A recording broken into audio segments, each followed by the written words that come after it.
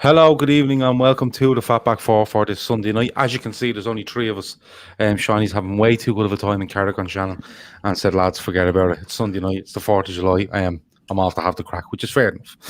He puts in long shifts every other Sunday. No, we can't. There's Euros going on. There's nothing Liverpool related going on at the moment, but we have got a packed show, which is amazing of us, and well done to all. With me, of course, is Grizz and is Keith. We're going to have a chat around the. Keith's going to bring us 5 bargains he feels that Liverpool have got over the years. Grizz is going to bring us 5 targets that Liverpool should be looking at this summer as things will kick off because the Euros teams are going out of the Euros at a rate of knots at this stage. I'm going to give you a chicken Alfrezy or jalfrezy. Yeah. I was just about to pour this tea over your head. You got too upset earlier about naan bread, so I don't want to upset you anymore. But I am going to give people a chicken jalfrezy. That's the one. And I'm going to have a look at some players that may be game changers for the other sides around us in the Premier League this season. But first of all, this show is brought to you by Manscaped, manscaped.com. Go there, use LFC DT, and you will get 20% off and free shipping. You will be able to get the Lawnmower 3.0. You can get the Weed Whacker. You get the ball deodorant, the toner, the bag, the whole lot. There's loads of stuff within the package that they sell at the moment. But as I said, LFC DT and 20% off and free shipping. So with that in mind, we have 4 semi-finalists, don't we, left in the Euros. Yep. So we have Italy, we have Spain, we have Denmark, and we have England. So I want to pick 4 players, one from each, that will go into the semi-finals of a Manscaped competition and who would look the best, who you feel would be Manscaped. Okay, so I'm going to give Grizz England, if that's okay with you, Grizz.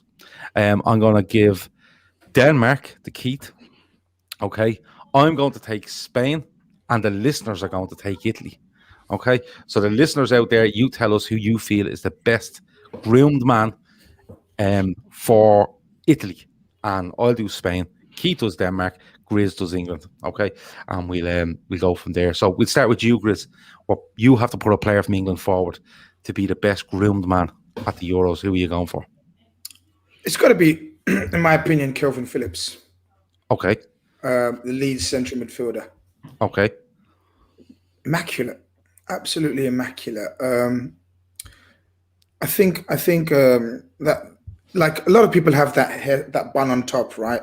That sort of facial hair going along with it. Not many people can pull it off. I think he pulls it off really, really well. Pretty much like his football, very neat and tidy. You know, can do the odd spectacular thing. What's wrong with my dial-up again? Why is Chris saying? Yeah, your camera is very fuzzy. You look like you're in witness protection, but it's okay. Keep going. Well, you know, that's not far from the truth. You know. No, you're grand now. Yeah, so I'm going to go for Kelvin Phillips. Okay, nice. Keith on the Danish front. The Danish lads, I'm going to go for Simon Kjær. I think he looks well. He looks well groomed. He looks like he sculpts his facial hair and he scrubs up well. I'd say, well, not on the verge of Van Dijk level. I'd say he smells well. Do you know what I mean? I'd say he's a well groomed man. Takes care of his appearance and his features. Simon, say the second name again. Kjær. Okay. Do you have to write this down? No, just trying to get you to say names. That's all. Kjær. So we've Kelvin Phillips. We've Simon Kjær. I get Spain, don't I? Yeah. Spain. Oh, they're all immaculate. Come on. Ramos would have been the fucking easy one to go for, wouldn't he? Ramos would have been. Yeah. There's a few good-looking lads in Spain, in the Spain team. I'd say Shawnee. Shawnee's probably half Spanish now. He qualifies for the squad. I could have got him in, but he fucking qualifies. Mohamed says Pedri.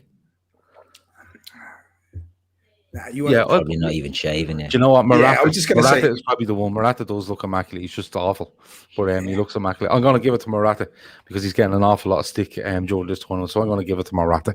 And on the Italian side, there's been loads of names. Mancini was straight in. Mancini was like, and he looks amazing, doesn't he? Insigne has got a lot of votes. Insigne has got a lot of votes. So we're going to put Insigne forward. So it'll be Insigne, Morata, Kjaer, and Kelvin Phillips. So let us know who you think would win out in that semi-final and final of the Manscaped competition that has hijacked Euro 2020 on behalf of Manscaped and the Fatback 4. Lads, want to move on? Yeah, go on. No. Let's get started. Quick question for my list here, Gav. Is just the list of players that I feel were bargains for Liverpool. Yeah, because I don't want people thinking that I have a list of bargains that Liverpool are going to sign this summer. It's a list of bargains that you feel Liverpool have got over the Premier League years or wherever it might be. You can go back to yeah. Yeah, I know you're going to go back to the mid-60s. 1890s.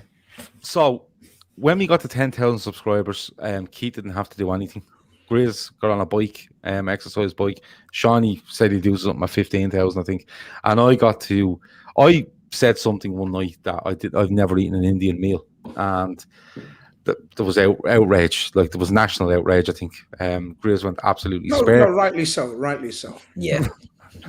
Right. I don't apologize. It knocked COVID-19 off the front pages and all for a while. It did. It took over most news networks and all their apps and stuff like that. But that was the truth. I eat Chinese. I eat every day regular food. It's normal food, yeah. Yeah, normal food to me. Normal kind of.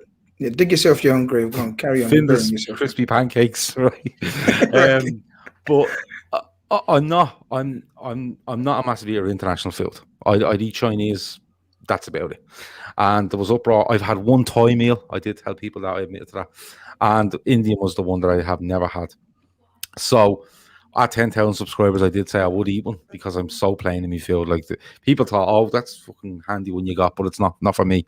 So Grizz picked chicken jalfrezi, and he said I can have any optional extras. I didn't even know we could order chips with this. I didn't know what was going on, right? Yeah, so what's the protocol? I had to ask the lads what the protocol was. What's the etiquette? Yeah, we settled on chicken jalfrezi with garlic naan and pilau rice. That's the one. Okay. So ordered it. Got it this evening. Arrived about 8:15, and I did video for Grizz, didn't I, Grizz? You did indeed. I did. So it was nice. It wasn't what I expected. The texture wasn't what I expected. There was tomatoes in it, which was just horrendous. They gave me 2 little pots of stuff that I didn't even open. I was looking at them going, they're not for me. I don't even want to smell them. I just leave them alone. They were for your poppadoms. Well, the poppadoms, I didn't know what they were. They just looked like crisps. Yeah. So I did tell the lads they had to sending me up a bag of crisps, which I was delighted with. And the naan was amazing. It was lovely. I have to say, 7 out of 10. It was nice. It wasn't. Wow, that's more than Matt gave The Sopranos. Yes, well, Matt did give The Sopranos 6 out of 10. But it was nice. The chicken was nice. The peppers, the onions, the sauce that was it. There was too much sauce. Though. It was too much. Yeah, but that's what the naan bread is for. You scoop up all the extra with your naan. Yeah, I know, but I didn't. I kind of half the naan with my daughter because she wanted to go.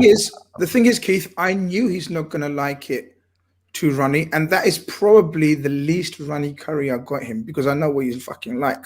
Right? Well, I'm afraid of Indian food because there's massive rumor going around that they cook stuff in yogurt. Yeah.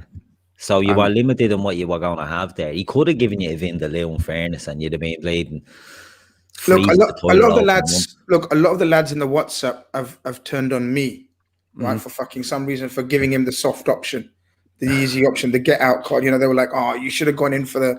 But the idea was to introduce me to this field, wasn't it? Now, you know me, Keith. I'm long term. Right, I'm in it. You know me. The game's the game, right? I'm in it for long term. Increase. That's right. Yeah. You don't want to. And I know this fucker because he's been crying all week. Like, well, ever since I've known him, he's cried about Indian food. Like, no, I never cried about it. I just cried about it. Right? I've just a terrible fear of cooked yogurt. And so whenever we put up, like Keith, I put up some amazing Indian food, right, in our WhatsApp, and people's tongues are like hanging out. You can see, right, this guy fucking has a go at it every time and calls it. And I'm not going to tell people what he calls it because we've probably got a lot of Asian people in the chat that will probably turn it on him. Now, I don't want people. Usually, what happens is, hold on. What usually happens is you put this food hold on. I haven't even finished. You just say. Look at what I'm having for dinner, and it looks like a platter for 6. And all I do say every that's time not the point. Quantity is not. Sometimes quantity over quality. That's not the point. But this fucker, right? People in the chat. I'm telling you, I could get a whole pylon on social media if I told you what he says about Indian food sometimes. But we're not going to go into that, right? So I knew I'd get him in slowly, and then I knew, right? All he ever eats, apart from potatoes, is your Chinese. So I thought chicken jalfrezi is. Some people are going to lash me out and say, "How the fuck?" But it is. There's a chicken jalfrezi is. If you get it mild, it's the closest thing to Chinese that I thought Gav might like. If you know what I mean, in my own weird world. And hallelujah, it fucking worked. He made the video. He edited. He took about 4 or 5 spoons. I thought I was watching one of them dodgy YouTube videos where we talk about where they're making the fucking weird sounds. He's like, he was making some fucking weird sounds. Yeah, that's it. That's exactly it. He put the sauce that was supposed to be for the poppadoms, Keith. He chucked it away. Dickhead. Yeah, I didn't. I gotta be honest with you. Like when it arrived and it went on the plate, first of all, they taped. There was 2 little trays, like see-through Tupperware plastic boxes. And they were taped together as if they were sending this long haul. I just couldn't understand it. It was coming half. Yeah, that was a bit fancy. Like I don't get that. But it was taped with the name of the restaurant and stuff on it. And then the jalfrezi I poured out on the plate, but the rice was like luminous. Yeah, I was like, it was like a luminous yellow. It was like Del Boy. Do you remember Del Boy painted that? The yellow pearl. Yeah, the golden locust. Can I tell people how much bless you that cost you tonight? Yeah, that cost him €20. So he got chicken jalfrezi in a little takeaway plastic container with a bit of rice underneath, right? You got it was a full tray of rice. It was lovely. There was loads of rice. Gav, that's not called a tray of rice. That's called a little plastic container of rice, which is near enough free. Rice is like free, right? Right. Some places give rice free with it, and then they gave a garlic naan, which we didn't see because you only showed us the poppadoms. Right, you panicked. I panicked for you, right, because there was no naan bread to be seen. No, the naan was like in an envelope stuck down the side of the bag. Yeah, we knew you missed the naan. You know why, Gav? You know why, Gav? Yeah, remained soft. I bet you it peeled off lovely when you had it. Oh, it was lovely. Yeah. Me and my daughter had it. She was like, "What's it?" She called the poppadons crisps. Skips. Indian prawn crackers. Oh, prawn crackers, they're the ones, yeah. Yeah, because she loves the prawn crackers from the Chinese. But no, overall it was lovely. The rice was a bit. Give them your review, Gav. What was your review? What did you say it tasted like? A curry out of 21st. Which is a damning insult to Indian jalfrezi. He still hasn't answered my question. I asked him on the WhatsApp, what the fuck's the 21st? Can anyone tell me what the 21st is? 24th birthday party. And someone does a big pot of chicken curry. Throw it down there. See, I didn't get the reference. I didn't get the reference. I wouldn't have laughed. I would have. It'd be like what they serve in prison, you know, on chicken curry day. Right. No, I'm not saying it wasn't nice. The ingredients was lovely and fresh in it. It's just that's the taste that it reminds me. He's giving it 7 out of 10. I fucking take that all day long. I was scared. It's not something I would turn down if you gave it to me. That's the best. But Grizz right, €19 was a bit steep because I had an Indian tonight as well. Mine was something like 23, but I got like 2 chicken dishes and 2 starters, rice. Yeah, that sounds more like it. I researched this because there's two or three Indian places close by. But my wife actually said, go to this place. It's won loads and loads of awards. Keith, so go and do that. Do you know why he ordered from this one? They I don't think you saw the video. You've been busy all day. Did you see the video? Did you see the fancy ribbons? That's what you fucking paid the extra you never get that. For. So he just explained that, didn't he? Like they had the tape on each container with the name of the dish and the name of the restaurant. Yeah. That's why at €20 went. That's where his €20 went. He got fancy ribbons and he's fucking happy. I got a bargain. Look, here's what it is. It is what it is. I've had it. I gave a 7 out of 10. It looks nothing like the stuff Grizz passes off as Indian field anyway. Like you want to see the stuff Grizz shows. It's like he eats off the charity shield when you show it to him. Like when you put his Sunday roast. Have you forgot? Sunday roast? It would have fed like wait. He's digging his own grave here again. Have you forgotten? You're coming to mine to sort out my studio and everything. You're coming to so you're going to have some of that stuff. So you want to be careful what you're but your wife likes me and bring her over with you. Do you know what I mean? But your wife likes me more than she likes you. So if I decide we're getting Eddie Rockets, which you don't even know what that is. I mean, I'm going to tell her some of the comments you've made about it, but we'll move on. she'll forgive me.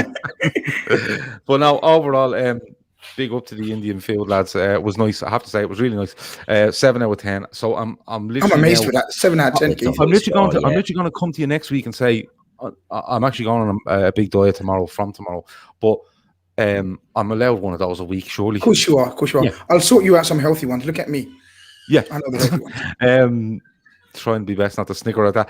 But I'm literally going to come to Grizz and go, right, I've had the jalfrezi. What should we go for next? The crisps were lovely.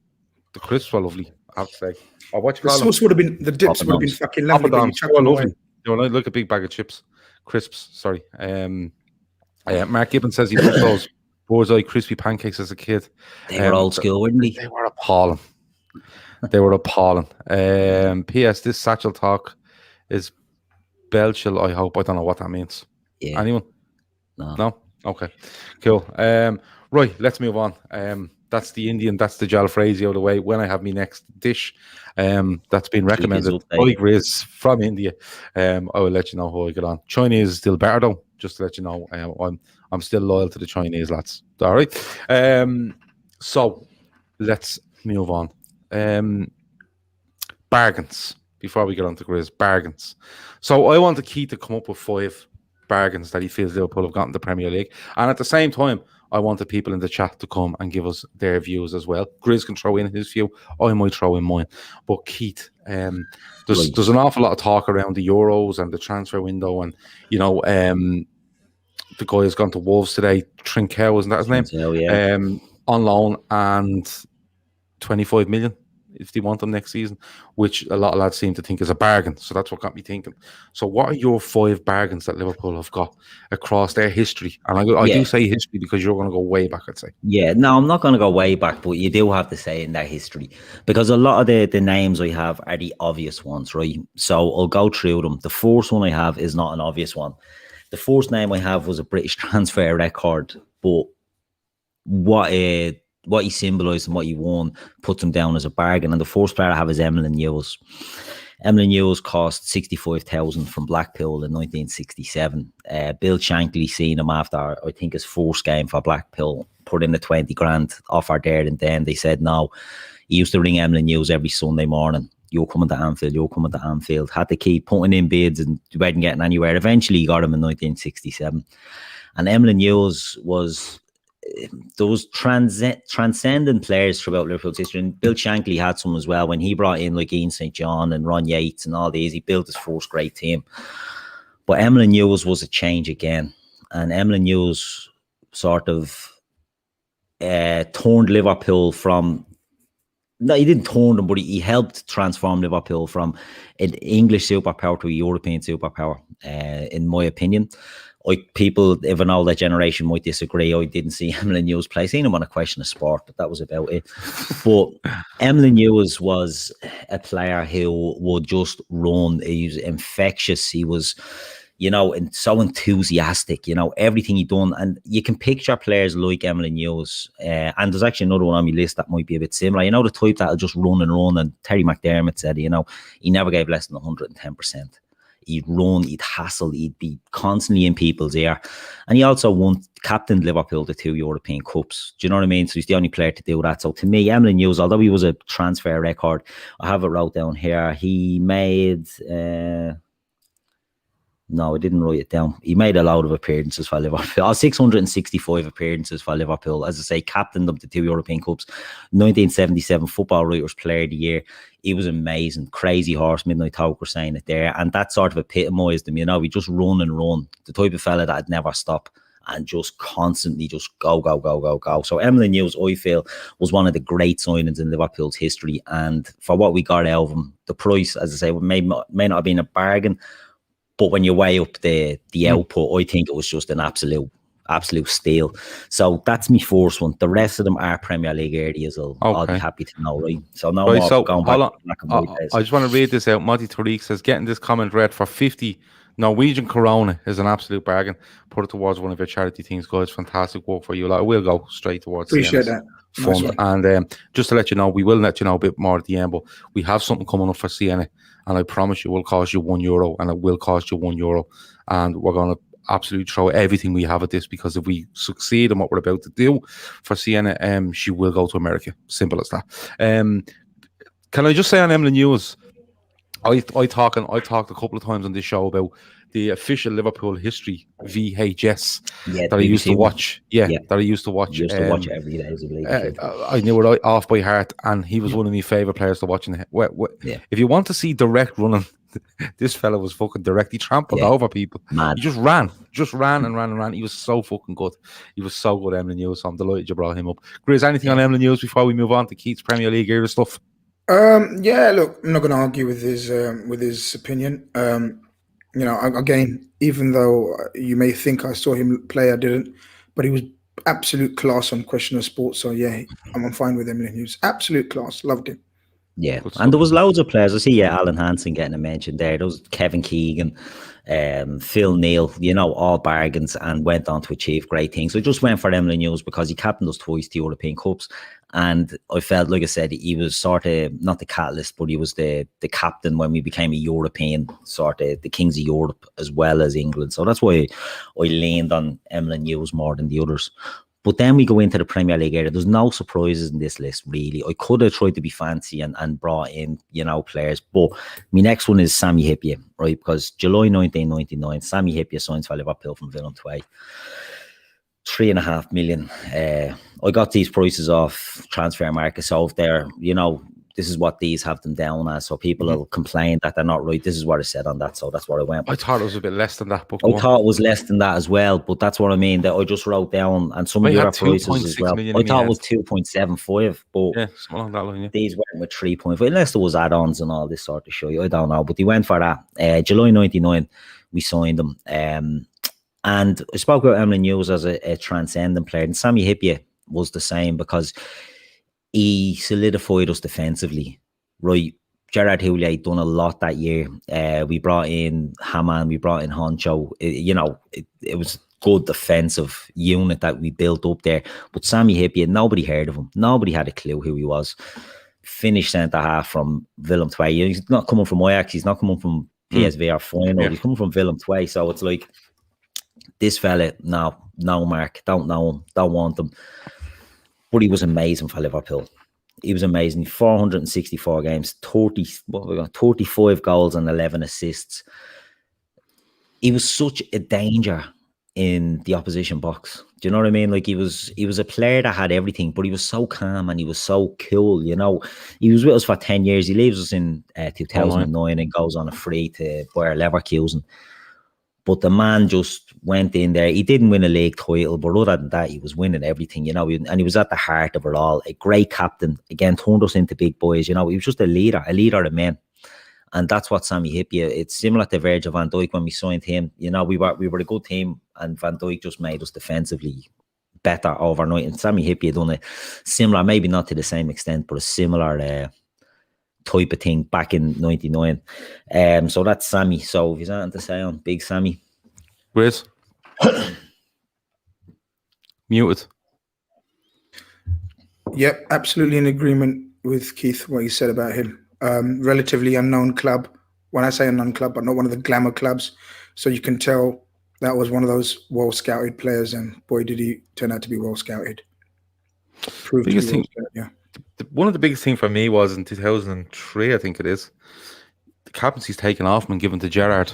And there's a lot of players out there that would have thrown their toys out of pram, looked to leave the club, don't like the manager, whatever it might be. And Hyypiä didn't. Hyypiä, I don't think he gladly handed over the armband, but it didn't let him affect him. And You know, and even right down to the last, you know, at Old Trafford, when we beat United at Old Trafford, he's not due to play. Yeah. And I think it's someone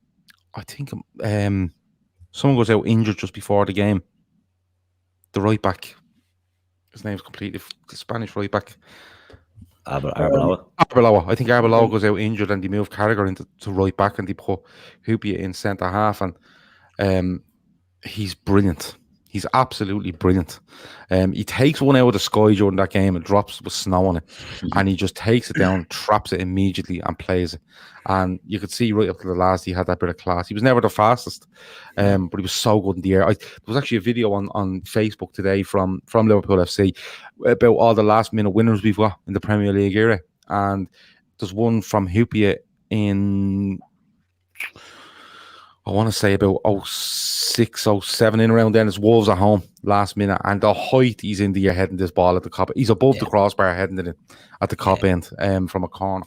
And absolute colossus. He was a brilliant player for Liverpool, and you're right, he's an absolute bargain. Motti says, here's another 50 Norwegian Krona. Put this towards Sienna also. But make sure to ask Grizz if he likes mango lassi. I had some today. Brilliant drink that. I don't know what mango lassi is, Chris. Look, really appreciate the super chat and thank you for your kind donation, but I can't fucking stand it. Now, I know this is. You want to Google looking for a refund now? This is going to send shock. Oh no, this is going to send shockwaves through the Asian community. Like, how the fuck can you hate mango lassi? It's one of the very few drinks I can't. Yeah, I'm sorry, Kieran B. Mango lassi. I'm not. I'm not describe it. It's a yogurt, isn't it? Yeah, it's a yogurt, as you would say, Gav. It's a yogurt drink. Yeah, mango flavored. Okay. So with mango pulp in it, actually in it, and you know, it appeals to a lot of people. It's one of the most popular drinks. Yeah, I'll make you some when you come over. A good palate cleanser. Norman says Wolves 2003. You're right. It was earlier than that. I was just trying to think because they were literally showing every last minute winner Liverpool got. And James LFC 86 says mango and yogurt. I'd have a go at that. I don't mind yogurt. It's just when you start cooking it, I have an issue. Who's next? I'll make you my air fryer with a cake. Like I haven't tried it yet, but I'm due a new air fryer, and I think I will try a cake in the new one. This one. I know what he means, but we'll discuss it another time. I know what I think he means. Next week on the Food Show, we'll talk about cakes. The next player is a controversial one, but it's Philippe Coutinho. Philippe Coutinho, we signed again. I took this price off 8.5 million. Yeah, 11.7 according to transfermarket.com. Now, I don't know if they're putting in add-ons being met and things like that, but they have them down as 11.7. Now, we do have 8.5 million because that's what we always remember the figure being for Coutinho. 8.5 million. He comes in from Inter Milan. I remembered Coutinho breaking onto the scene and signing for Inter Milan. And he was one of these Brazilian wonder kids, a phenomenon. He comes over, curly hair, little curly afro on him, and very sly. But he was highly regarded and thought he'd tear it up in Serie A, but it never worked out for him. And he gets shipped out on loan to Zaragoza, I think it was, or Espanyol, one of them. Espanyol, I think. To Pochettino has him there. And he does well. And he goes back, and Liverpool put in the 8.5 bid. And, you know, he comes in the January of 2013, him and Sturridge at the same time. And it's a shot in the arm to the Liverpool team at that time. You know, the two of them just link up. They did a great connection, the two of these. And Coutinho was that craft and that guile. I don't know when the last player we had like that was, because, you know, the likes of Luis Garcia was a similar player, but he was so inconsistent that I wouldn't even say he was like Luis Garcia. He was just more consistent. Even that first 6 months, he just started to really slot in there and be a great player. But he comes into us, he plays 201 games, 54 goals, 45 assists. The numbers aren't great, but you think back to the goals that he scores. He scored some iconic goals. It's a goal, a goal and assist every 2 games. Yeah, I don't rate that. I think, Messi and Ronaldo have skewed up goals and assists. Yeah, So well, that's true. I'm holding them to a And higher Salah. standard. And Salah. The spoiler alert, he'll be on it as well. So he does. I'm only joking. Like he's when I say he's not really scoring a lot of goals, I'm sort of trying to say the goals that he scores are just outrageous. You can remember them. Every one of them is spectacular goal or an assist. He was just such a creative fulcrum to the team. But as time went on, we sell him. We sell him to Barca in 2018 January. So he's with us for 5 years. And when we sell him, I'm thinking at that time, and I know hindsight's a great thing, right? He did not suit Jurgen Klopp, in my opinion. He was a square peg in a round hole in that Liverpool team at that stage. He was still doing good things, but I felt that the system that we were playing probably wasn't the best suited to Coutinho, and we sold him. And we got, again, transfermarket.com, 121 million. What do you remember that figure being? 142 million. Yeah. Now I don't know if that again is based on. No, it was 142 million. 142 million all in or with add-ons? Well, 142 million. Over 140 makes the point sound better. So they sell him for that, and the reason I put him in is the absolute money baller that we done on Philippe Coutinho in 5 years. We got, in my opinion, his best years out of him, without doubt. Before us, he was inconsistent, flatter to the save, and since he's left us, his numbers at Barca actually were okay, but you have to take in the context then around that. He just been a disaster. If you pay 140 million for a player and he's not tearing it up in a league where Ronaldo and Messi are, he should be in the top 5 players in the world consistently. Should be, yeah, exactly. And he's not, and that's their problem. Do you know what I mean? And now we sort of every year he's getting linked. Still gets linked with Liverpool, but I think it's more now Everton and Leicester are linked with him. I think is not his ship has sailed, but his start is really waned. But for the price we paid for him and the output we got from him, and then to get the money back, I just think it was one of the best pieces of business Liverpool ever done. Yeah, I agree with that. Chris, great. Absolutely. What a player. How enjoyable was it, especially in that last season? I kind of would like to think that because he was pre-VVD, wasn't he? So yeah. I think to say that he didn't suit the system is fair, but could we have utilized him once VVD was there and Alisson was there? Because you got to remember the rest of the team was a bit flimsy. Our defense definitely was. Sorry. So I'd like to think that Klopp I think he'd suit us more now. Yeah, that's what I mean. He could have made it now that we're more secure at the back, obviously when everyone's fit.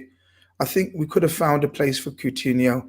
That spell he played behind the front three. Yeah.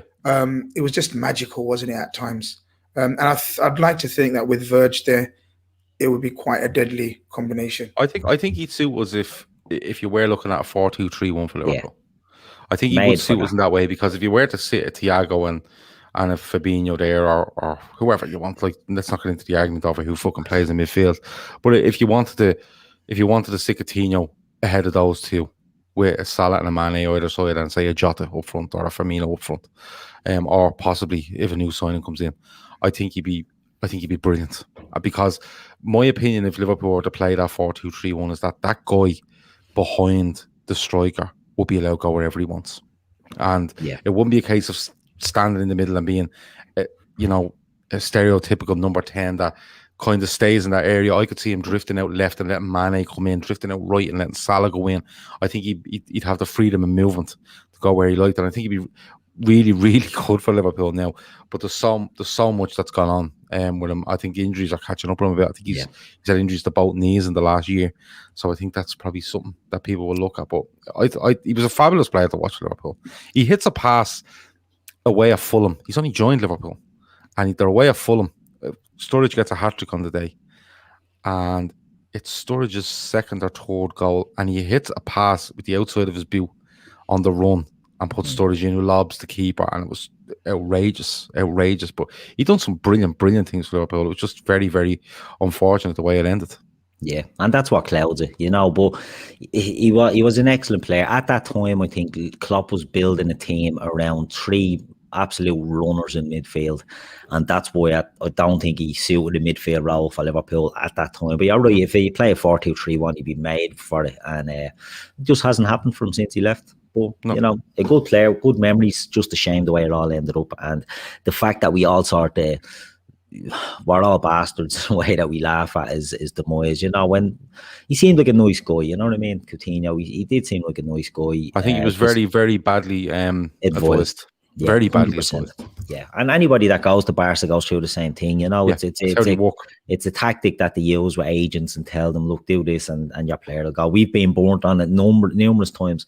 It's nothing new, and it'll happen again in the future. But look, Coutinho, great bargain. Next one is probably the best bargain that we've had in recent years. It's Andy Robertson. Andy Robertson from Hull. 8 million. Made 4 back the next day off Kev Stewart. I thought we got more for Kevin Stewart, but transfer market telling me it was 4. No, we literally swapped them for Kevin Stewart. Yeah, I thought it was 8. And it was 8 to 8.5, I think it was, something like that. Yeah, but they're telling me it was 4. But look, I'm going with 8 and 8 because, I think they are. They know I've had a bad day on the numbers. I'm having a Jamie home, but the fact that we got, even if it was 8 and 4, it was 8 and 8. But even if it was 8 and 4, like to get a player like Andy Robertson. We spoke about Emily News earlier, and Emily News was the type that would run the bollocks off himself and run, and he wouldn't know when to stop. Liverpool played Man City when it was at the Champions League or the league game around then, when he chased it up the line and he chased and pressed over to the far side, over to the right wing. Yeah, it's the league game where we win 4-3 in the end, I think. Yeah. And that was the moment I think that Andy Robertson arrived for Liverpool. I think that was the moment everyone was like, Jesus Christ, this fella doesn't give up. And that's, Emily News sort of very similar to that, and Robertson was just, Jesus Christ. In 2017, we bring him in. He's played 177 games. He's only got 5 goals, which he should have got more, or maybe can get more, but look, we leave it at that. 37 assists.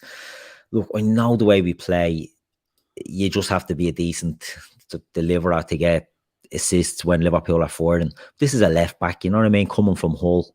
He came up, he was in Celtic's youth team, but he goes off to, Queen's Park or Queen of the, one of the Queens. Dundee United, he's at. And then he goes to Dundee United, he goes to Hull. So he's working his way. He's got that work ethic. And I think he's obviously the Scottish captain, but the leadership he has, you can see it in him. He's a leader in the team. He's a leader in everything he does. As soon as he goes to Liverpool, he's involved in food banks. He's doing all, and it's not for, showy PR stuff. You're just hearing on the grapevine, Andy Robertson's involved in food banks, all that sort of stuff. So I think, he's just, he epitomises Liverpool. But the fact that we got him for a swap for Kevin Stewart, you look at other teams and what they do. To get that was just brilliant. But look, I'm going to move on from Andy Robbo. Do you want to say anything about Robbo? I'll give Robbo the Grizz. If you're doing it in sort of the in order of bargain, like 1, 2, have you put him at number 2? Yeah, so I have him at number 2. That's fair enough. You can't argue. I was just going to say he gets into the top 3 or 4 for me. Obviously, we can argue all day if it's 3 or 2 or whatever, but absolute bargain, absolute pivotal leader. Very underrated trait of his, the leadership. Very underrated, because we thought quiet lad from Hull, but he's grown into being a leader and very vocal of men, a leader of men. So great shout. Yeah, and opposition fans fucking hate him, which is great. That's one of my favorite things about him. Pat Panesar, Pat Benatar's cousin. A bit towards charity. Mango Lassie is a beautiful drink. Definitely need to try it. Keaton Gavin. Monty Trees back in with 50 Norwegian krona, and he says, this is the last one from him. He says, this is towards Gavin Keith, as Grizz needs to reflect on his horrible taste. His only saving grace will be gossip for Norway. I'm sure he'll be in contact with an invoice for that information, because that's how he rolls. But Andy Robertson, what a fucking signing. He has everything. He's a very, very, very good footballer. He has the energy. He has the passion. He knows how to get fans on his side. He knows how to wind up opposition fans and opposition players. He's a complete package. as a fans player for me. Yeah. You know, like you will get managers that will look at him and go, and ex-pros and fellow pros go, he's a great football, he never stops. Do you remember we beat United at Anfield, and Mourinho said he was tired just watching? Yeah. Andy Robertson running up and down the pitch, 3-1 we won that day. Shaqiri gets 2, I think, that day. Yeah. That's coming from Mourinho, and it's hard to get a compliment from Mourinho, especially after the defeat. You know, now Mourinho, in fairness, was probably at the stage where he was starting to slap a few people at United, you know, and that was probably his way of getting a little dig. But when he says that, you take notice. But as a fans player, when you look at him, he's everything the man on the street would love to be. You know, he has everything about him. That, like I said, the energy, he gets goals, the odd goal. He's brilliant assist. He flies into tackle. He's slapping Messi in the back of the head. He's winding up the whole of Everton in front of the Everton fans at Anfield, Tom Davies and stuff like that. So yeah, he's absolutely brilliant for me, Andy Robertson. And you know what? You know when people say, "Oh, you won't appreciate him until he's gone," I don't think we'll see the absolute best of Andy Robertson until he's finished at Liverpool. Yeah. And what I mean by that is, I think he's brilliant now, but I think if he stays for another 3-4 years, I think you'll appreciate him down the line a lot for what he is and his experience and his professionalism, a bit like you did with James Milner. Yeah, I agree. And it's why the links to John McGinn just to me scream like a midfield Robbo. You know what I mean? It's that work ethic and people will go mad about that, but you know what I mean? He seems a similar type of character to me from a little I know of John McGinn. But you know, Robertson has that. Someone put in the comment, he knows what it's like to be on the dole. And that's the attitude, that's the mentality that he has. Doesn't take it for granted. Seems a sound fella as well, and he's just the ultimate one. We're going to move on to the top one, in my opinion, the biggest bargain. I let the cat out of the bag a minute ago. Mo Salah is the best bargain we've ever got in Premier League history now. Transfer market. It's £34.5 million. £37.8 million, right? 37.8. Now, I think we can throw add-ons onto this because I'd say there was probably win a Champions League, win a Premier League. I'd say 37.8 is probably with the add-ons. Yeah. Had the pony up for him, definitely. We've paid add-ons onto Salah without a shadow of a doubt. I can jump in here with great confidence and tell you guys that it was 34 plus add-ons because that was my first ever ITK deal.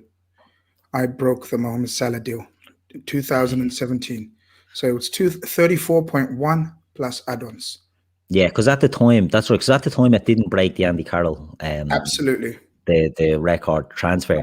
Absolutely. But these must have concluded. Liverpool fans were desperate to break the Andy Carroll transfer fucking million. Yeah, they were desperate to break their record. Just give them 35.1. Yeah. Even if they only won 34. Throw $1 million on. Yeah. But you know everything about him. He's an icon, right? He's an icon. He's a Muslim icon, an Arab icon. Forget about what Liverpool fans and just the general football fan thinks of Mohamed Salah. He is a global icon. He's not that he's bigger than football, but he's as big as you can get, you know, as a soccer icon in America, a football icon in Africa, in Europe, in Asia, you know, you name it. Everyone knows who Mohamed Salah is. He's on billboards in New York. He's everywhere. This fella is just an icon, but he's not just a token face of, you know, Egypt or Northern African players. He backs it up. You know, this fella backs it up. He's played 203 games, 125 goals, 47 assists in all competitions. In the Premier League, 145 games, 95 goals, 36 assists. His numbers, he's 170 goal involvements in 200 games, am I right? Yeah. That, you know. It's fucking mind-blowing. You know, forget about and you know what? Like you said earlier, if you hadn't got Messi and Ronaldo doing what they do, you'd actually have Salah way up a list. Way up a list. Because that's outrageous stuff. Outrageous stuff. He just breaks every record. And every time some other fans are on Twitter or on the sports thing say, you know, except for Mo Salah, Harry Kane is the top scorer. Except for Mo Salah, such and such is Morris. Except for Mo Salah, it's always except for Mo Salah. And I think we take him for granted. Do you know what I mean? I think we take him for granted, even Liverpool fans. And that's saying something because we love him. But I have a quick list of players, right? In the summer of 2017, when we bought Mo Salah for 34 million, I had 37, but this suits it even better. The list of players that went that summer, right? Chelsea bought Morata for 60 million. Bakayoko for 36 million, They bought Danny Drinkwater for 34 million, so the same as Mo Salah. Well, Spurs paid 38 million for Davinson Sanchez. City paid 52 million for Bernard Mendy. Arsenal paid 48 million for Lacazette. United paid 40 million for Matic. United paid 77 million for Lukaku. Gylfi Sigurdsson went to Everton for 45 million. Ian Nacho went to Leicester for 25, and Mamadou Sakho went to Palace for 25. So when you look at the and that's just Premier League players. We could have done, could have saved across Europe, right? When you look at the players that were going, and we got him for 34 million, it's scandalous, right? The 34 million isn't cheap in bargain terms, but when you look at what we've got out of that 34 million, people say Van Dijk is the same. Van Dijk 75 million, he's worth a lot more now. We won this. Mo Salah has just blown the league to asunder since he's come in. And when you look at the other signings that were made for more money than him, some double, forget about it. The levels he went up were mad, because you remember him at Chelsea and he doesn't really get a goal. He goes off and he's with Roma and Fiorentina in Italy. Yeah. And, I think he's on loan at Fiorentina, doesn't he? And then he's on moves to loan Roma. at Fiorentina. Yeah, they think they're buying him, but he does and then Roma come in. Roma come in and get him. And then there's talk of him coming to us. And at the time, I think our first choice might have been Brandt. Yeah. Isn't it? Off Julian Brandt, yeah. Yeah, he was with Leverkusen. He's with Dortmund now, isn't he? Yeah. And that was the talk. Oh, will it be Julian Brandt? And the big story now was that he was our second choice and Klopp wasn't sure. And he had a bit of, they say persuasion, but I was presuming it's a sit-down meeting. And it's like, look, this fella is as good, trust us and stuff like that. Yeah. But what you've seen from him, people will tell you this, and I keep saying this, people will tell you Suarez is one of the best players you've ever seen. Mo Salah is one of the biggest players you've ever seen play for Liverpool. Ever. That is, like, Ian Rush has 346 goals, I think, for Liverpool. Right? And he's out there on his own, way ahead in terms of goals and stuff like that. And, what a player Ian Rush was, what a goal scorer he was. But when you see where Salah plays, now I understand they play to his strengths, they absolutely do. But 170 goal involvements in 203 games is just unbelievable stuff. Unbelievable stuff. And, I hope he stays. I don't take him for granted. Not one bit. No. I think he's way harder to replace than you think. I genuinely do. And it'll be a sad day when he leaves Liverpool, but he will leave Liverpool as possibly the best attacker we had in the Premier League. Yeah. I would say. Possibly the best of all time. I know he's not going to reach Rush's numbers. He's not going to reach Rush's numbers, but I'd say if you pro rata, it's going to be scandalous. Definitely Premier League, but I'd put a case in for. And the thing is, right, I take him for granted in the sense that I get frustrated with him from times because I think he misses an awful lot of easy chances. If he's taking them easy chances, his numbers are just played, and he's in that Ronaldo Messi, maybe not, 60 goals a season, but he's hitting 40 goals regular then. And that's just mind blowing. Do you know what I mean? He's unbelievable. He's unbelievable. Like, if he has another season like he's had over the last couple of seasons, right? You could be looking at, if he keeps at the rate he's going, he's 125 goals for Liverpool, right? Yeah. By the end of this season, he could have 150 goals in 250 games, plus basically 200 goal involvements, easy in 250 games. It's scandalous, Grizz.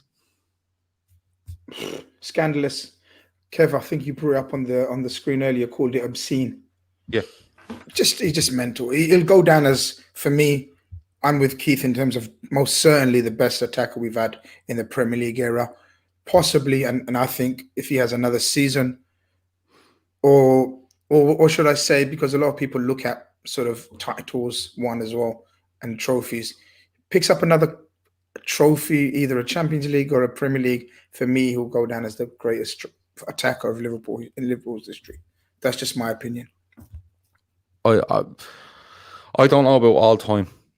I don't, but I think in this day and age, the Premier League for what it is, and how even stats are a massive thing, and where do players play, and heat maps and stuff like that. When you see him, and Laura Duffy says there he's actually improved defensively, become a more rounded player. I agree with her on that, especially over the last year or so. I just look at him and I think, like, people say, Like, I'd love to sign Jadon Sancho. I think he's a brilliant footballer, and he's gone to United, and people will say, "Oh, this and that," and he doesn't play for England, and fuck that, he's a brilliant player. And I'd love to have him, or you know, you bring somebody else in, wherever it might be, you know. But I still think it's so hard to replace Mo Salah, not only because of how we can take on players, but the return is just like, where else are you getting that return? Yeah, I don't care how good you are. Do you know what I mean? Where are you getting that return? Like, I don't know what Mbappe's numbers are, but what's Mbappe's goals and assists in the last 200 appearances? Are they up there with Salah? I don't know. And even if they are, he's not playing in a level. That's what I was going to say. Like, he's not playing in a level that Salah is. Or something this season, but that's in France when you're expected to plunder teams. Yeah. Now, in fairness, the guy is 21 or 22 years of age, or whatever he is. He's a long way to go. But like, where do you pull in that return from? You'd have to. You nearly have to go and do another Salah, or you actually go to the absolute top and nearly a guarantee, and nothing's a guarantee anymore. Rizzi says Salah is the most successful product of the loan system. Them loans to Roma and Fiorentina really sharpened the skills. It's just a brilliant signing. There's nothing more you can say about it, really. It's just outrageous. And like I said, when you look at the other players that went, you know, some of the names on the list and what we got him for, it's scandalous. And we will eventually move on. And as you said there, Gav, I love Jadon Sancho. I think he's an excellent player, a great signer for Manchester United. Make no bones about it. He's not going to listen to. He's not going to hit them numbers that Salah got. You know, and to replace Mo Salah, you know, you talk about Ousmane Dembele, or you talk about other players that get linked. All right, we didn't think Salah would do it, but he did do it. You know what I mean? So the next taxi off the rank is going to have to be horsing in goals, or he's going to have to turn up. You have to turn up. Well, you have to turn up, and in 20 games, you have to give me 17 goals or assists. Yeah, that's it. Every 20 games. You know what I mean? Every 20 games. Every 2 games, you have to give me 1.7 goals or assists. It's not easy. It's so fucking hard. So hard. And it's like the Steven Gerrard weight of the jersey, Gav. You know, whoever's taking the weight of Mo Salah's jersey is going to feel that just as heavy. Yeah, it's unbelievable. They were 5 great names, by the way. Thanks. I know it took a long time, lads, but brought back some great memories. I enjoyed it. I really, really did.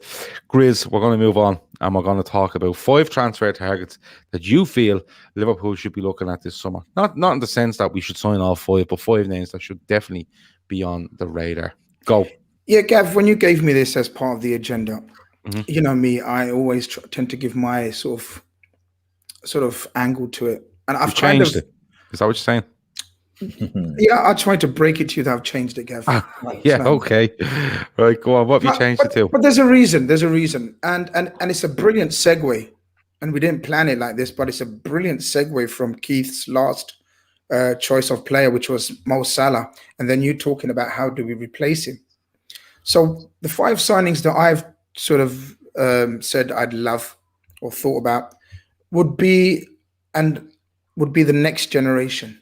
The next Liverpool team that would form the spine of the next great Liverpool team. And, you know, over the summer and over the last summer and winter as well, we've often discussed about the age of this team, growing old together. Where do we see the next emergence, the next spine? And we often discussed how we go about doing it. So I've slightly changed your agenda, Gav. Obviously, I didn't get your permission, but I know you're a nice man. Yeah. So I've looked at signings that we look to make, and let's say Steven Gerrard takes over in 2024, he has at his disposal. So we look at this team and we notice that, relatively speaking, the back 4 is fairly young. We can say Virgil's the oldest, isn't he? 29, 30. So we can say Konate and Gomez are there to sort of carry on the mantle. And then you got Trent, and Robertson's only 27, so he's good. So I thought we don't need to touch that. Okay. Right. So this is going into 2024 season, right? 2024-25. You've got to remember when the great Stevie G takes over. And then we often discuss about the central midfield area, don't we? We talk about sort of, Gini was released because possibly we've seen his best days. He's getting old. And then we've got Henderson, Milner, again, fairly old people. We've got Curtis Jones in there, who you'd like to think at the rate he's progressing will be an absolute phenomenal player. Yeah, go on, man. Yep. Absolute phenomenal player under Steven Gerrard. The two players that I've gone for, lads, is and they're very sort of they're very in the news. One of them we want for this summer.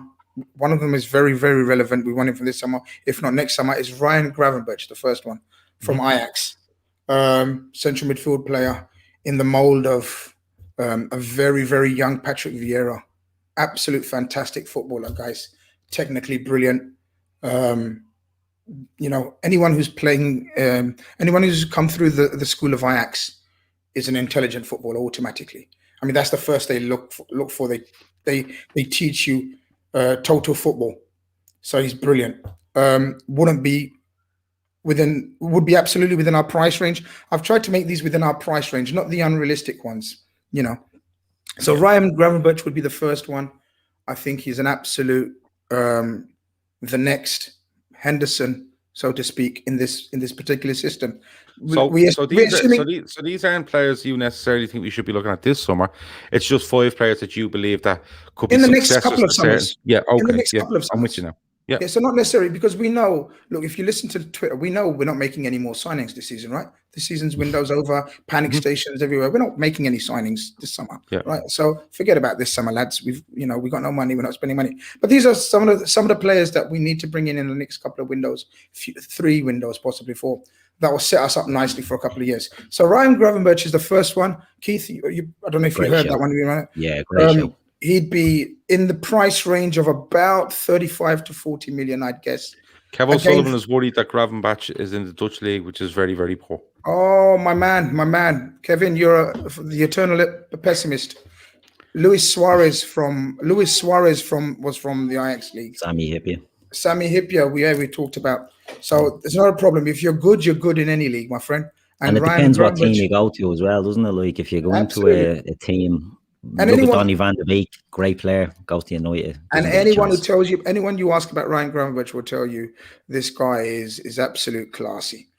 The next one, again, in the midfield area, because you got to. That's where our sort of our aging players come in. The next one's Jude Bellingham, a self-confessed massive Steven Gerrard fan. Mentions him every other hour, it seems, on social media. Again, Jude Bellingham goes away to Dortmund. Just popped a cough sweet because I've got a bit. We'll never sign him.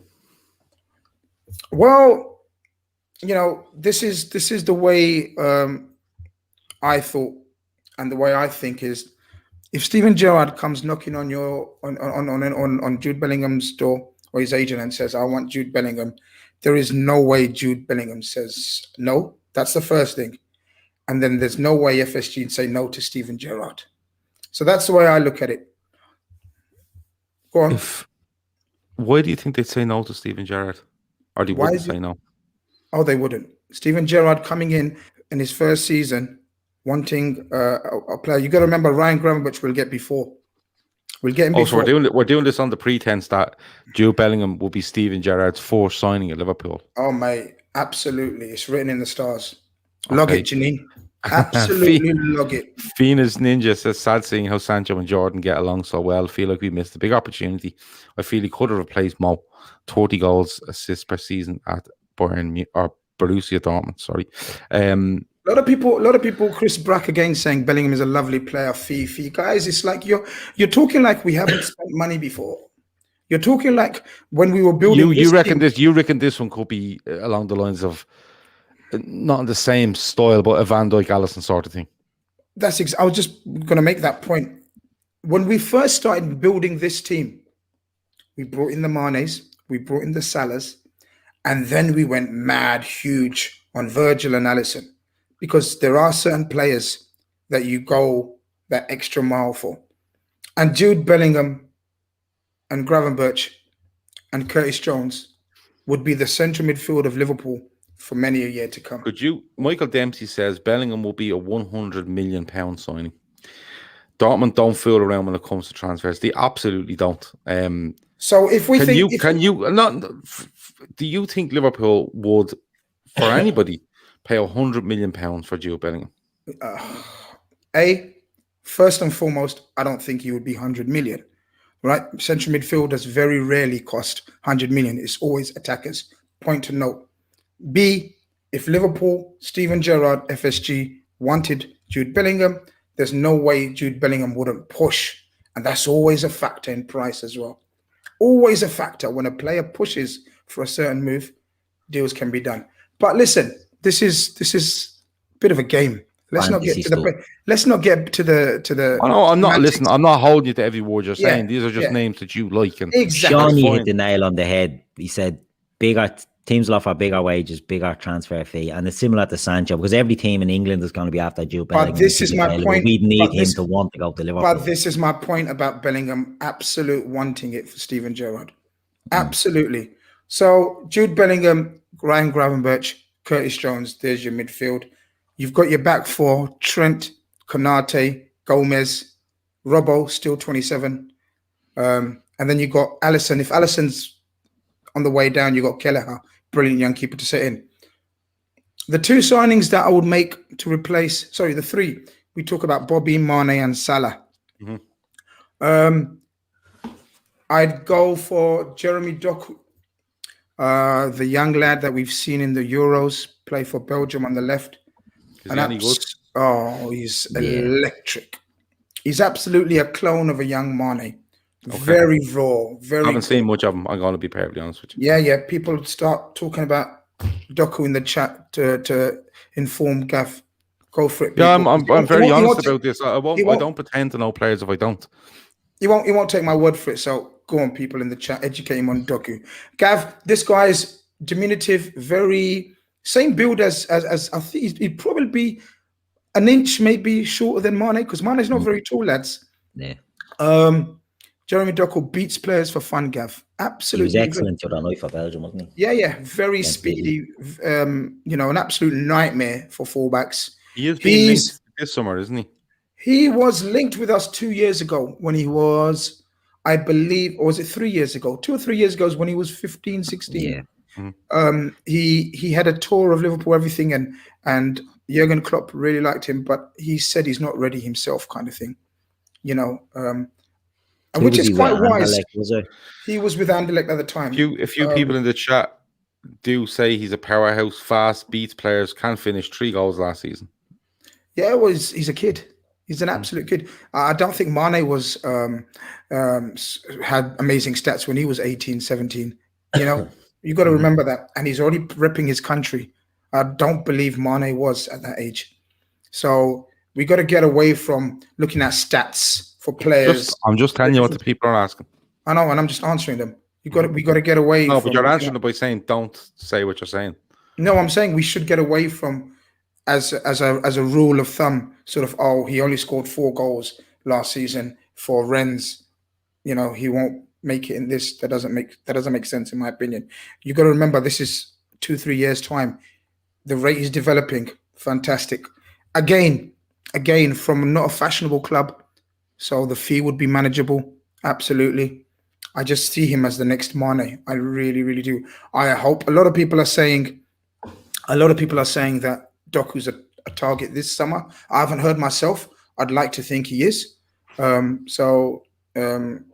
That would be amazing. Someone's saying, why is Gav so hyper today? We know the reason. It's that chicken Joe Fraser. Yeah. Who's asked if I'm hyper? I'm not hyper at all. Yeah, they are. They noticed your aggressiveness towards me, but it is what it is. I'm only asking you the questions people have on the screen. If it wasn't asked, there'd be no point in being there. Look. Krishna Agarwal is the man that asked that. I'm not hyper at all. I'm only asking what people are asking in the chat. Joe Fraser's playing havoc with you. Never again, but what it is. Yeah, never again. He's caught up with him. So the central striker I would go for, a name that we've been linked with, a name I do believe you have an interest in, is Vlahovic of Fiorentina. Again, let's get a player. You don't say Mbappe next year in fucking serious, brother. No, I've gone for realistic. We're not signing Mbappe. We're not signing no one this year. Remember? Yeah. So forget that. So Vlahovic of Fiorentina, again, a player that's just about to burst onto the world stage. If we don't snap him up, you can easily see him going to a Juve, or another similar level team. again from a club where Mo operated. Let's not forget, fantastically well. You know, they've got quite a history of great strikers. The great Batistuta who played at Fiorentina. And this guy's a powerhouse, Gav. This guy will bring us something absolutely different. Watched a little bit of him, like him. Yeah. Krishna again says, young Giroud. I'd say he's far more mobile. Far more mobile than Giroud. He's a massive, huge unit, Gav. You're talking 6'4", 4'3", 6'3", and then you're talking an absolute beast. His hold-up game. He's so Haaland's got all the exposure, and rightly so. But he's not doing numbers like Haaland is, but physically, and you know, he's similar height and quick over the ground like Haaland. He's very similar in that sense. Oh yeah, I genuinely think, Keith, he's about to really explode onto the European stage. Juve are looking at him if Ronaldo leaves, he's their top target apparently to go there. So yeah, and there you go. So he can't be, he can't be that useless if Juve are looking at him again. Can I ask a question? Scott Willig with a super chat says, proper question, lads, given PSG naming their price on Mbappe, which is rumoured to be 125 million. Can we afford not to go get him, given that this window makes us his only realistic option? I don't think we can afford not to get him. I agree. Okay. Can we not afford? I didn't know did they name a price? They've named the price for 125 million if anybody wants him now. Yeah, there you go. It'd be foolish not to. If he wants us. Yep, that's all it is. If he wants us. But anyway, let's not reflect. And just Vlahovic, Daddy Pig, which is a fucking amazing name. I rate him. He could be like Dzeko. Yeah, Dzeko was more. Dzeko was more technical though, Keith. He's the same size, really. He's a big unit and quick as well. Yeah, you can absolutely see no centre back being able to bully him. Yeah. Like he'd fucking bully the shit out of you. I tell you, he'll drag centre backs. Dzeko, I think, is probably one of the most underrated strikers in recent times. Yeah, I agree. Yeah. 100%. So Dzeko with his feet was magical. Dzeko in the box could create space out of nothing when he's surrounded by players. Dzeko was more like your Lewandowski. This guy, you know, he's a pacey Andy Carroll, but more mobile, more robust, got more, you know. Don't say that. A young Andy Carroll was a fantastic striker, guys. I'm telling you. But obviously, he didn't develop into anything special. But this guy definitely has a potential. He likes to go into the channels as well. You know, he doesn't operate central. He's a runner. He can go wide and he can get into the wide areas. Drogba isn't a bad shout at all. Is it Jer Cahill, Kev? Drogba is a very good shout in terms of Vlahovic.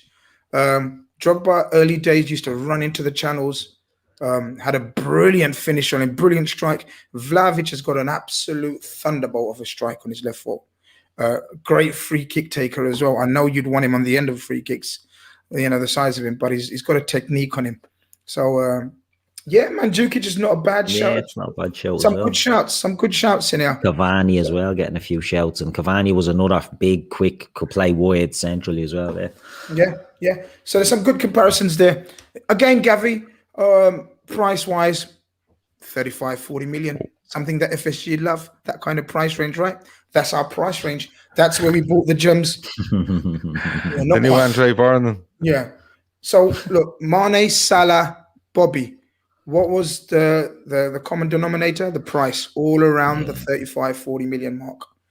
Okay. And carrying on that trait. So that's where I've gone big on Bellingham, Gav, because he's the Virgil van Dijk of the central midfield. Do you see where I'm coming from?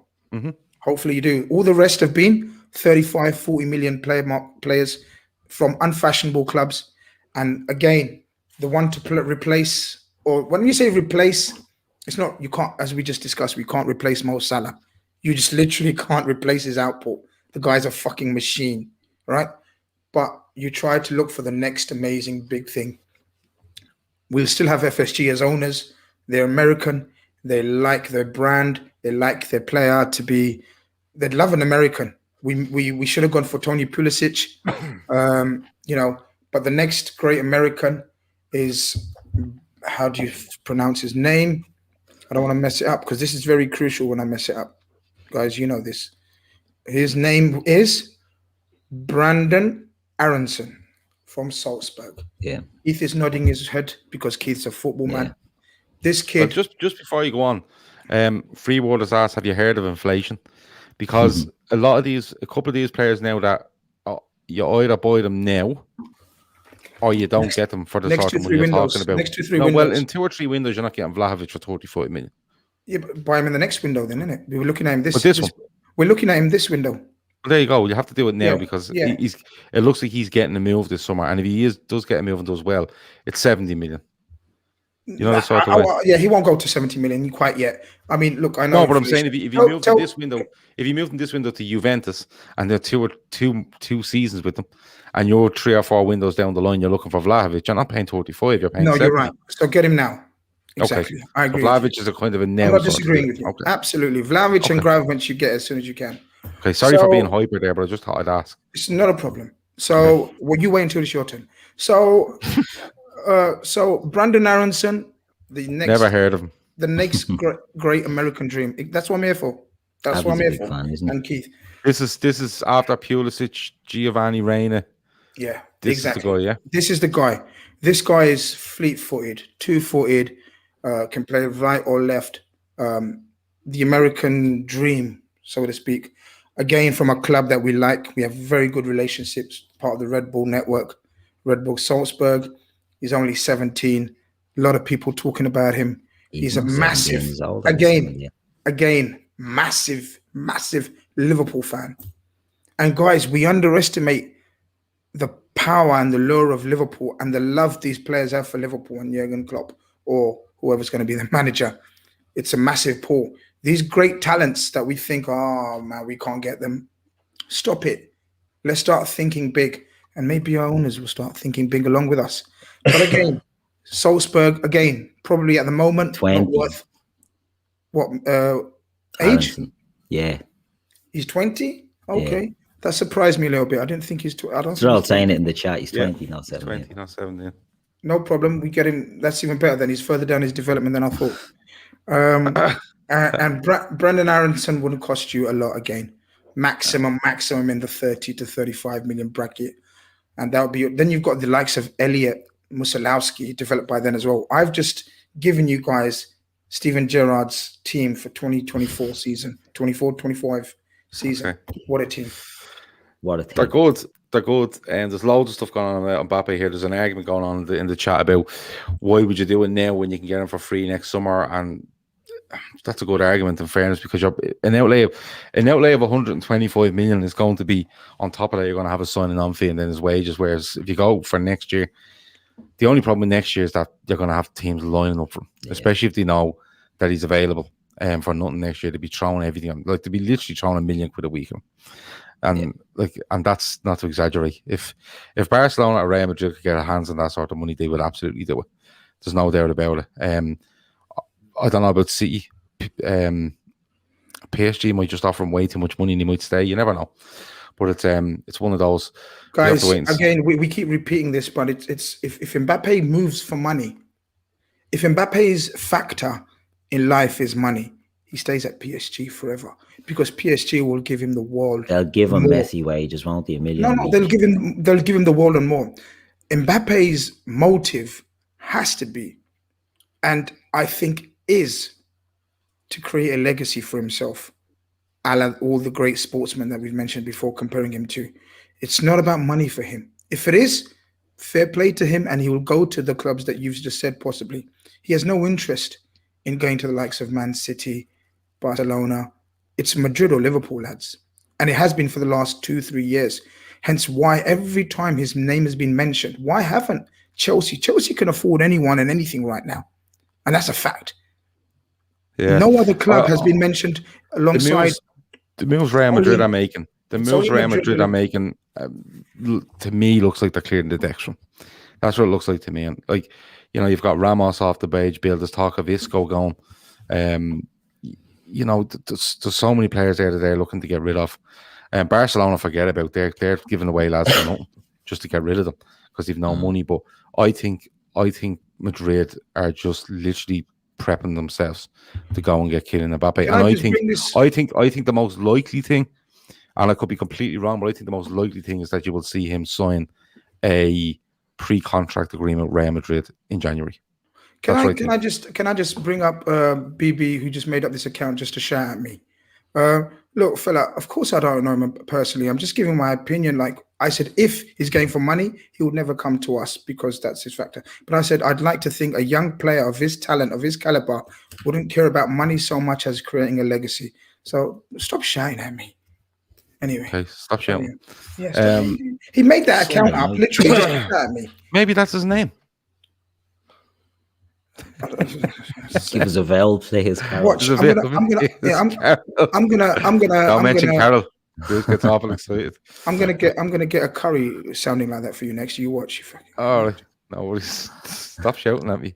I like them. I like the names. I really do. And you know, we are at a stage. There's no denying it. We're at a stage where in the next year to 18 months.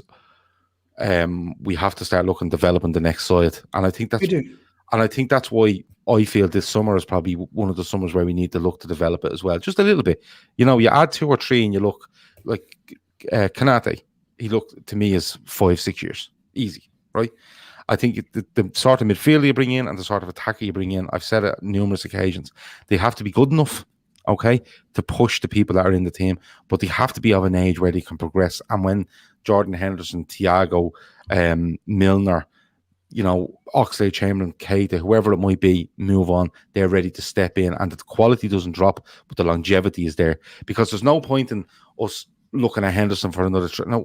Henderson's fucking brilliant for Liverpool. Thiago could play for another fucking 6 or 7 years the way he plays football. But what I'm saying is, there's no point in us doing that and then getting to that stage and going, now what do we do?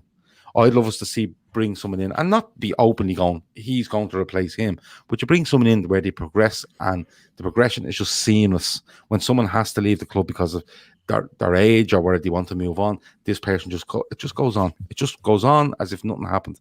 And that's what Liverpool need to be looking to do. And the reason I think it should be this summer is because I, hand on heart, think Jurgen Klopp will leave the club in 2024. And I think to develop another side, he probably needs the summer of 2021 and possibly the summer of 2022 to absolutely put it in place, leaving himself 2 seasons to have a right go until, you know, he finishes up with Liverpool. But I enjoyed those names, I really do. The last thing I wanted to do, and I'm going to do it really quickly because we've only about 10 minutes left, and I just wanted to throw out some names that we think could be game changers for the other teams around us. So the likes of United, City, Arsenal, Chelsea, Leicester, Spurs, Everton, wherever they might be. So I just want you to give us a name. I'm not going to go into big debate. I just want to give you. I'm going to give you the name of a club. Okay, I'll go first on each of them if you want. But just a player that you think will be game changers for these clubs. All right. So I'll start with Manchester United, and the name I would like to put forward for Manchester United as a game changer for them would be Camavinga. Okay. I think they need something like that in midfield. I think the only worry I have is that it's Solskjaer and he looks very set in his ways in midfield. But Camavinga, for me, brings a dimension that I think United miss, and I think could propel them in a big, big way, especially if you have the likes of Sancho, Rashford, Cavani still there. You've got Bruno Fernandes, so Camavinga for me for United. Grizz, what player do you think is a game changer for United if you were to do it? I think it's a good shout. I get what you're saying. I think it's the right area, but I think it's the wrong player for them. Okay. I think if they manage to get hold of Varane, I think that's a game changer for them. The centre half. Yeah, he's infinitely better than Lindelof. And I think even though he's got a mistake or two in him, he hasn't had the best of seasons at Madrid. But I think a fresh challenge for him in a more physical league. He's very quick. He's very strong. This league, a lot of it asks you physical questions, as opposed to sort of tactical questions where the Spanish league does. And I think it could suit Varane alongside Maguire. I think that would be a world changer for them, a game changer for them. I think he's overrated. I genuinely do. That's fine. It's loads of mistakes. Keith, Manchester United, game changer. Pau Torres, quick centre back, big money player that's been linked with them. Don't think he'd be good enough for us, but he's linked with them. I agree, centre back. I think they need to put a better centre back beside Maguire. And I think out of ones linked, I like Varane. He gets a lot of stick, but he's a good player. From Gav mainly only, Keith. Me and Dabo. You know WhatsApp having a go at him. He's a good player, but I think, a pacey centre back that can play, I think would be good for that. And to be honest, I don't give a shit what they do. Like, once they have Solskjaer, they can have whoever the fuck they want. Yeah. I don't know. I feel like this is the last hurrah for Solskjaer. I think they back up with Sancho and say a Varane and maybe even a Camavinga. If it doesn't work, he's gone. Because there's so much money being spent there. Varane, Camavinga, it's nearly 200 million quid along with Sancho. And if he doesn't get it right, like, what more do you want? I just hope that the likes of Sancho, Varane and Camavinga can get through the massive protests outside Old Trafford to sign the deals that I presume are going on a daily basis. Well, when are we playing them? When are they playing us? Whenever they're playing us, they'll be back out. Next one, I'm going to go for Arsenal because I don't know what to say about fucking Arsenal anymore. There's talk of Ben White, and then there's talk of Everton bidding for Ben White. It has to be a centre half for Arsenal. It just has to be. When I look, at the likes of the fullbacks aren't bad. I know what's his name is looking to leave. Bellerin. But I'm trying to think of what a realistic game changer could be for Arsenal, and all I can think is centre backs. That's all I can think is centre backs. And you know what? I can't put a name on it because I just don't know.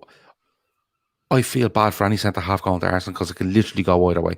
Yeah. When you see some centre halves go, he'd be really good there. He'd be really good there, and that'd be it. With Arsenal, I just don't know what to do. I just don't know what to say. I just don't know who they go for, because Ben White is a good centre back, but I fear from going to Arsenal because I think the whole Arsenal defence and strategy will be thrown on top of him, and I worry for him in that case, because Arsenal need to sign somebody that's literally going to be come in and go, listen, I'm the boss of this. I'm the boss of this, and I'm going to be for 5 years.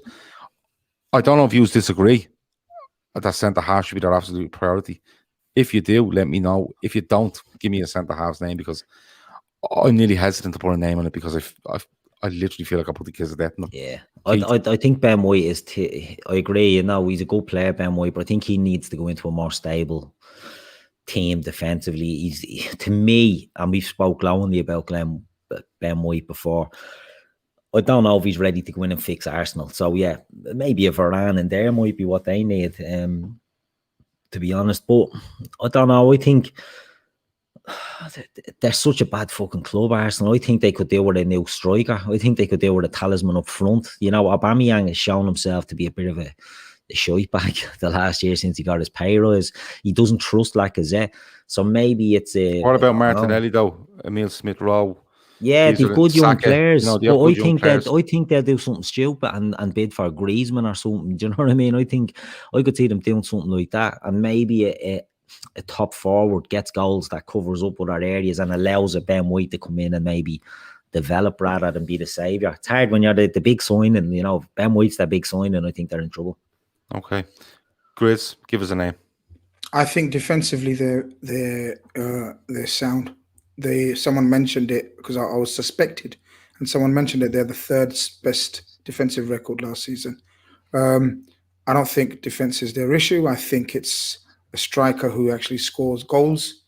I think Lacazette's an absolute fraud. Yeah, but what I would say is the third best defense in the league last season. Right? How many games did they win last season in the league? Yeah, but this is my point. So I was going to say either creative. I genuinely think. But I don't think the defense was good because they've good defenders. I think they protected them as much as they possibly could, and it led to a hell of a lot of draws and not as many wins as you would want. So I don't know if it's a forward that the forward may change it. This is what I'm thinking. The forward may change it. Gets more goals, great, but I don't think they attacked enough. I think the game changer. The reason for that is that they don't trust who's in defense. But if you're going to play that system, that he employed, where you wait on the counter attack, the biggest. But he done that because his defense wasn't good, Chris. I don't. I just think he did. He did because what's the left back's name that went from Celtic? Tierney. He was playing him as his left centre back because he couldn't trust any of his centre halves. No, he had injuries. I think with Gabriel, the signing of Gabriel, and Luis was in and out, and hold and whatever else. Look, I'm not going to change my opinion just because you're shouting at me. I'm not shouting at you. I'm just giving you an opinion. Yeah, well, I feel shy. So I think it's either.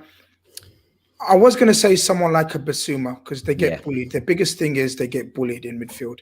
Ceballos or Cabellos, how do you want to say his name? Ceballos, Danny Ceballos and Xhaka, and I think he's gone. Exactly. And and then they had Odegaard and the young lad. I don't think they have got any steel in midfield. Even Xhaka's gone. I think next to Partey, if they bring in a Basuma, I think that makes them far more roadworthy. Like they can go on the road and battle against the biggest teams, the strongest teams. Again, it's Achilles' heel, being bullied away from home. The reason why I said attack, Gav, a pacey attacker I would give them was because if you want to play that system that Arteta plays, and you rely on the break, their break, apart from Aubameyang, is probably one of the slowest attacks around. Villian's not quick, Lacazette's not quick. That young fella. Saka was often played, in a defense, like as a left back or sort of, the right side. I think a Basuma, but I'm going to settle for Basuma. I think he'll change Arsenal, in my opinion. Alongside Partey, that would be a formidable pivot. Partey hasn't been that good for them.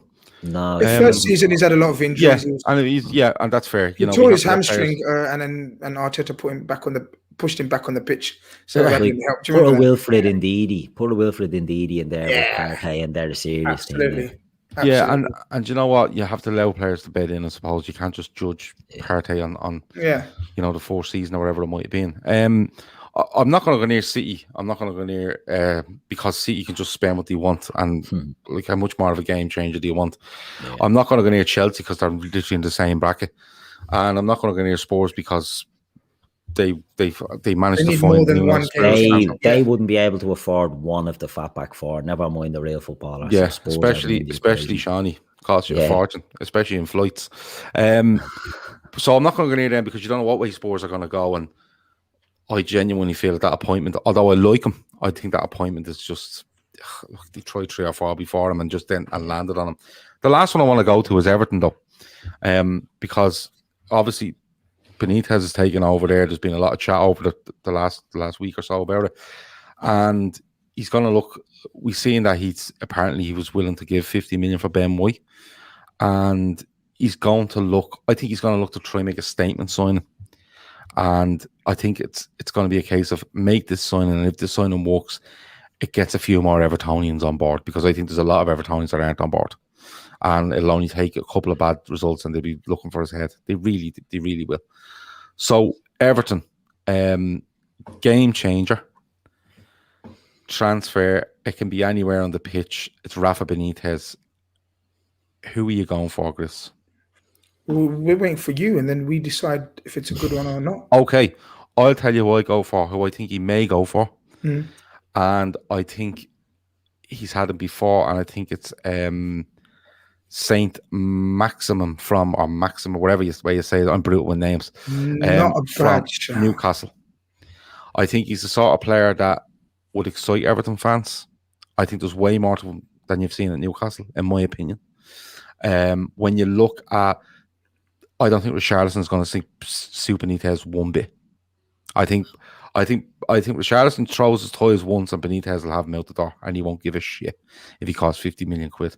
I think St. Maximum from Newcastle will be my shout. So few people are saying Coutinho, but no, I think St. Maximum is the sort of player that could really excite Everton fans down one of the either left or right, and that would be my game changer for Everton. It's somebody that they thought Balassi was going to be. He's somebody that they thought maybe Walcott could be, or Iwobi could be, And, if you look at Calvert-Lewin, they have a really, really good player there. And I think with St. Maximin in there, I think he would excite Evertonians and just about get a few more Evertonians on Benitez's side. Who wants to go? Interesting. See, I think Rafa would like to be his game changer. I think the Ben White thing was telling. I think he wants somebody beside Michael Keane that's not Yerry Mina. I don't think Yerry Mina is a Rafa type of player. And I could be wrong, could be proved wrong on that.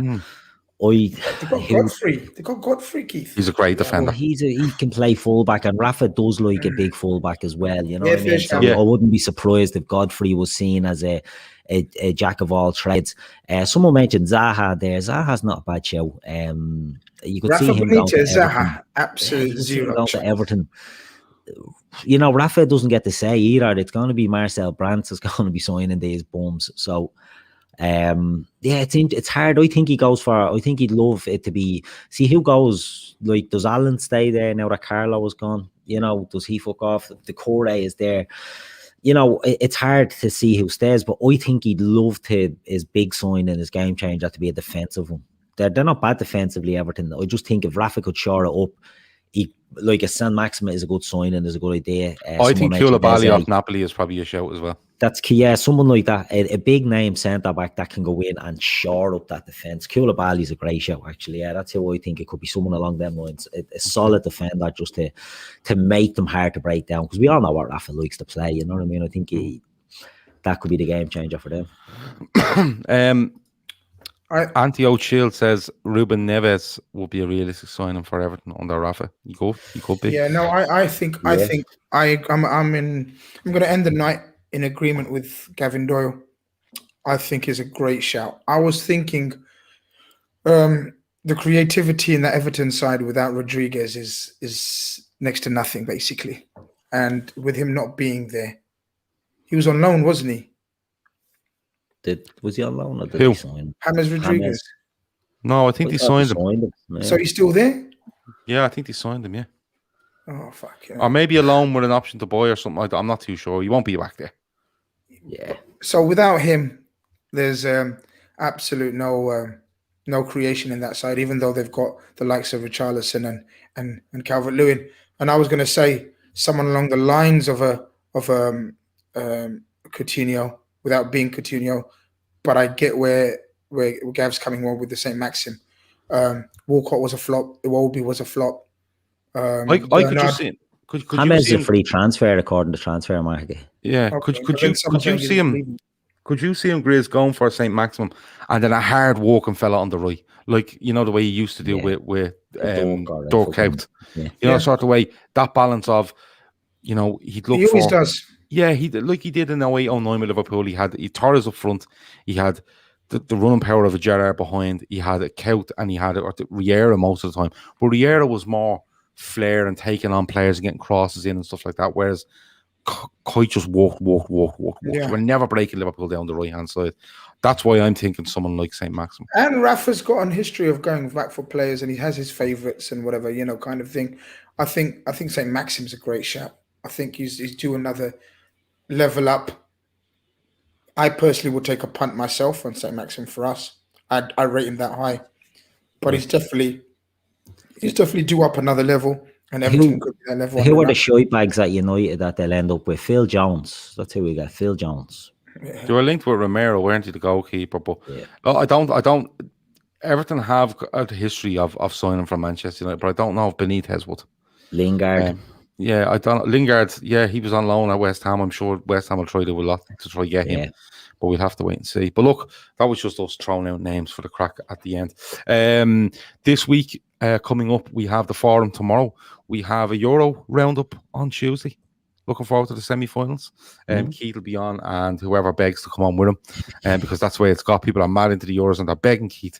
There's killings over the tree. It's a game. Guest spots. Yeah, so that'll be Tuesday night. Myself and Jamie are on Wednesday night. 2 guests to be confirmed on the midweek fix. Jamie show.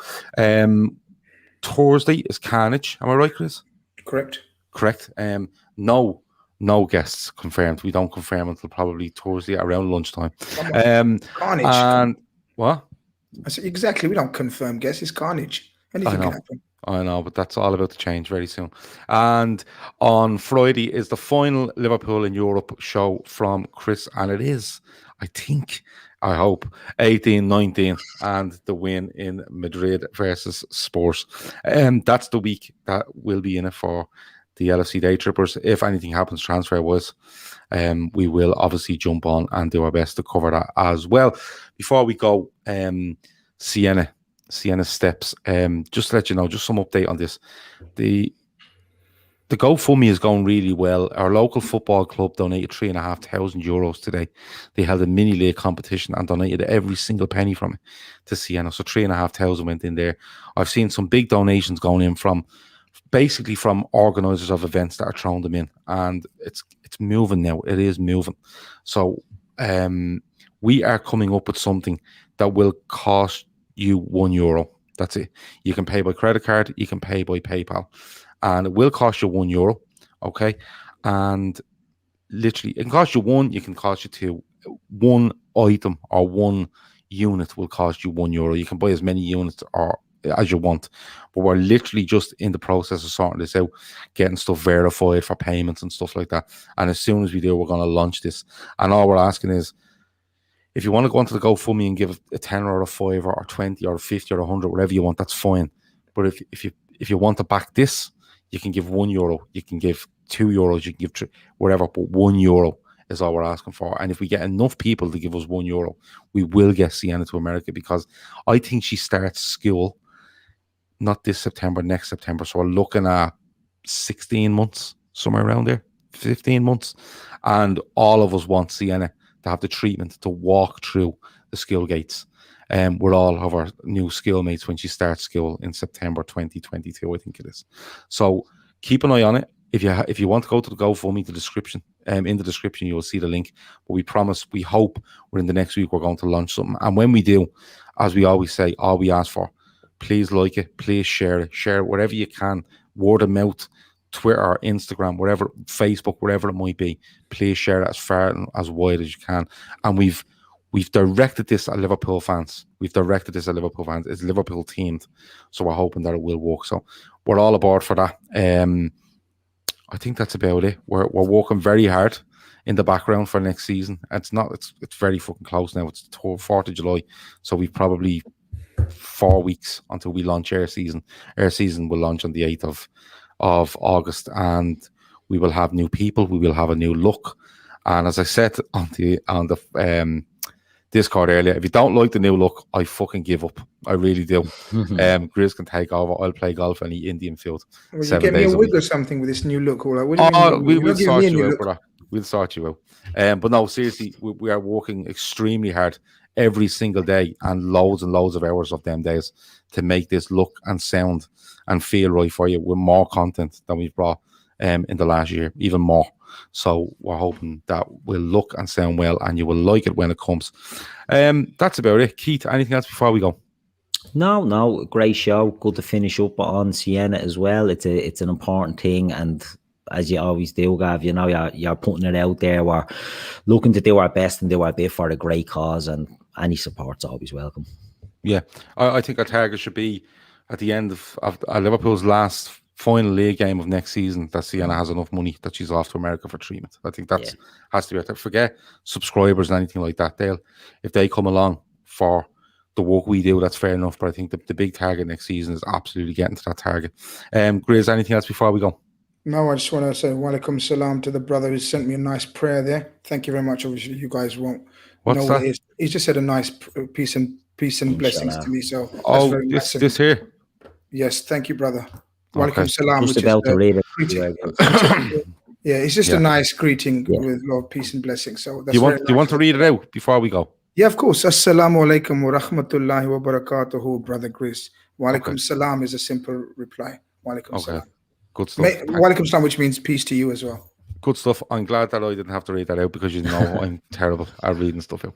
That has been the Fatback 4. Make sure you check out all the shows during the week. Make sure you check out the Sienna stuff and continue to support us by liking, by sharing, and by subscribing if you haven't already. Grizz has a finger up. He needs something. Yeah, just Mohamed Joggy just reminded us. Don't forget me, Keith, and Avi. Watch along in the semi-final of the Copa America. No. Whoa. The final. Final. I beg your pardon. Watch along on Wednesday, Argentina versus Colombia. We may do that as well. We may. What the fuck is going on here? That's the semis. Semis of the Copa America. But what I'm asking is that literally I was going to bed last night and Avi's like, will you set this up? Will you sort it? And I'm like, what the fuck is going on? Avi, because Shawnee's away in Carrick on Shannon, Avi has taken on the role of head of fucking shows and he just keeps putting them in. And you know what's actually happening? Grizz is telling Avi to come to me and say, get him to sort that out. Because when I blow a gasket, I have a go at Avi instead of Grizz. Am I right? The game's the game. The game is the fucking game. That has been the Fatback 4. We will talk to you during the week. Over and out.